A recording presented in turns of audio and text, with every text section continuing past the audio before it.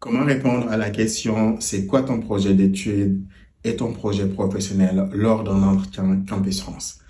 À travers cette vidéo, je vais vous aider avec plusieurs exemples de réponses afin que vous puissiez vous préparer à une éventuelle question sur le projet d'études et le projet professionnel. C'est l'une des questions qu'on pose le plus lors d'un entretien Campus France parce que tout simplement, c'est la question la plus pertinente qu'on devrait poser à un étudiant ou à un élève qui souhaite partir étudier à l'étranger. Donc, comment répondre à cette question? Dans un premier temps, le plus important, c'est de savoir qu'est-ce qu'on entend par projet d'études et qu'est-ce qu'on entend par projet professionnel. Pour faire simple, le projet d'études, c'est le parcours d'études que l'élève ou l'étudiant souhaite entreprendre durant son cursus afin d'arriver à un objectif final qui est son projet professionnel. Si tu viens d'avoir le bac et que tu veux savoir c'est quoi ton projet d'études pour les 5 prochaines années, il faut définir le parcours d'études que tu souhaites faire.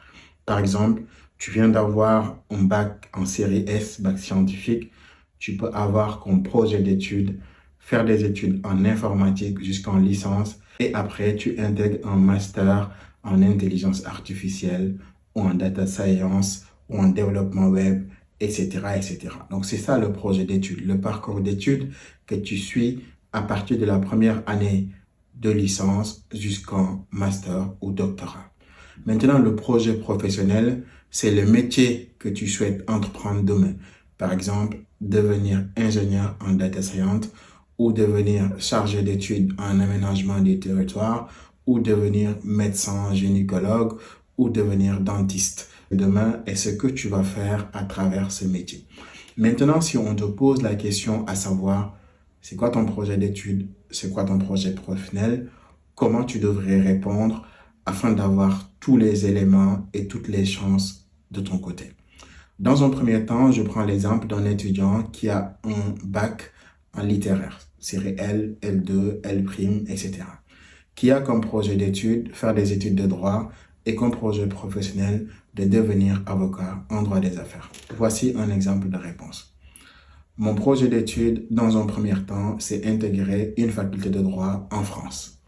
Pour commencer par un tronc commun en droit jusqu'à la 3e année, pour me spécialiser, à partir de la 3e année, je vais m'orienter vers le droit privé pour plus tard intégrer un master en droit des affaires. Après l'obtention de mon master 2, je souhaite faire le concours de CRFPA pour intégrer l'école des avocats afin de devenir avocat en droit des affaires à la fin de mes études. Le cursus est très simple. Une licence en droit privé, un master en droit des affaires, concours CRFPA pour intégrer l'école des avocats, 2 ans de stage. Après, tu deviens avocat en droit des affaires. Je prends l'exemple d'un élève scientifique qui va devenir data scientist. Mon objectif, c'est d'intégrer une licence en informatique en France. Après la 3e année, j'aimerais intégrer un master en data science ou en analyse de données parce que mon objectif, c'est qu'après ce master-là, intégrer une entreprise en tant que data analyst ou en tant que data scientist. Je donne l'exemple d'une personne qui veut travailler en tant que médecin généraliste. Mon objectif dans un premier temps, c'est de faire des études de médecine en France. Les études de médecine, très souvent, ça prend minimum 7 ans. À la fin de mes études, j'aimerais rester médecin généraliste pour travailler dans les hôpitaux, par exemple. Ou à partir de la 7e année, j'aimerais me spécialiser en tant que gynécologue ou en tant que dentiste ou en tant que cardiologue, etc., etc. L'objectif ici, c'est de savoir le chemin que tu vas entreprendre jusqu'à arriver à ton objectif qui est ton projet professionnel. Donc, j'espère que cette réponse a été claire et ça vous a permis d'avoir une idée de comment répondre à cette question. Si c'est le cas, n'hésitez pas à liker, à partager et à très vite.